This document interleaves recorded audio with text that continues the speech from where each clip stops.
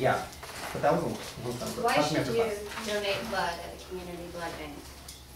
By the end of my speech, I hope to persuade my audience to go out and make a commitment to give blood. Imagine your father has just suffered a heart attack and must undergo open heart surgery. Imagine your niece or nephew baby born with a heart defect that required daily transfusions in order to have a chance at survival. Imagine your best friend suffering from leukemia, a disease that requires regular transfusions of platelets. These are not very nice images, are they? But these things happen. And unfortunately, some of you may have experienced them already.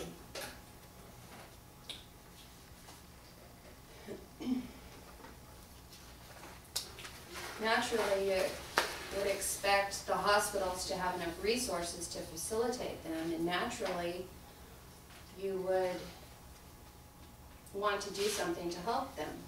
Well, there is something that you could do. You could donate blood. Transfusions of red blood cells, platelets, and plasma are critical to a patient's return to good health. Blood is something everyone has and everyone needs. This red liquid carries oxygen and nutrients to every part of the body and carries carbon dioxide and other waste products back into the lungs, kidneys, and liver for disposal. Blood fights against infection and helps wounds heal so we can stay healthy. www.delmarva.org. He's someone's hero and give blood. 2009. First, we must understand the problem, that there's a huge need for blood and plasma that could only come from people in our communities. Second, we will discuss what's causing people not to donate blood and plasma and the effects it has on people. And finally, we will explore the donation process and how you could get started saving lives in your family. So now, let's uncover my first main point. There's a huge need for blood donors because scientists have yet to find successful substitutes for human blood.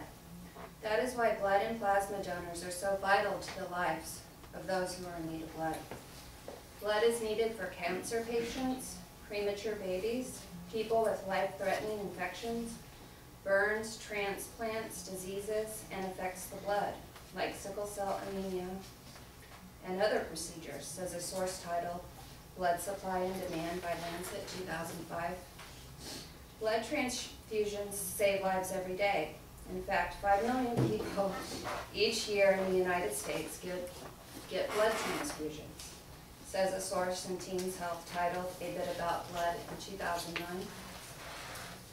Now, let me move into my second main point.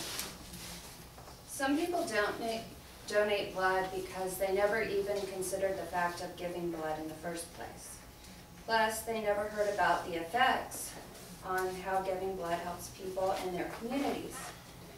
A specific reason why individuals avoid giving blood, Red Cross National Survey of Blood Service Awareness in 2006 says vague fear, 30%, lack of time, 28%, sickness, 10%, fear of infection, 9%, and a negative impact on health is at 8%. A focus group assessment written by several authors in 2007 article, Opinions About Donating Blood and Among Those Who Never Gave and Who Never Stopped, donors who never donated don't see blood donation as a very important volunteer activity. Fear and inconvenience were the primary reasons not to donate.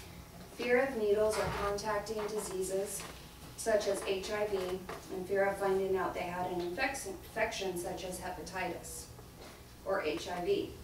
Please note, you cannot catch HIV by donating blood. Now let me give you some more insight about how blood helps others. A true story about a boy named Kevin. He suffered with leukemia in 2003. It's a form of cancer occurring where the blood is manufactured. With chemotherapy, while the drugs were working to kill the cancer in the blood, they were also destroying healthy blood cells. So Kevin received 21 transfusions of blood. So now you know how donations are vital in saving the lives of children. Says author V. Yees, 2005, How to Make a Difference in the New York Amsterdam News. So now let me move on to my third main point. This is the donation process. It's a simple way how you could give back to your community and save lives in less than an hour. But you must weigh at least 110 pounds and drink lots of water. It says Lopata P 2009 tips for a successful donation.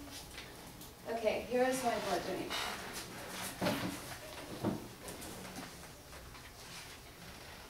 Okay, step 1.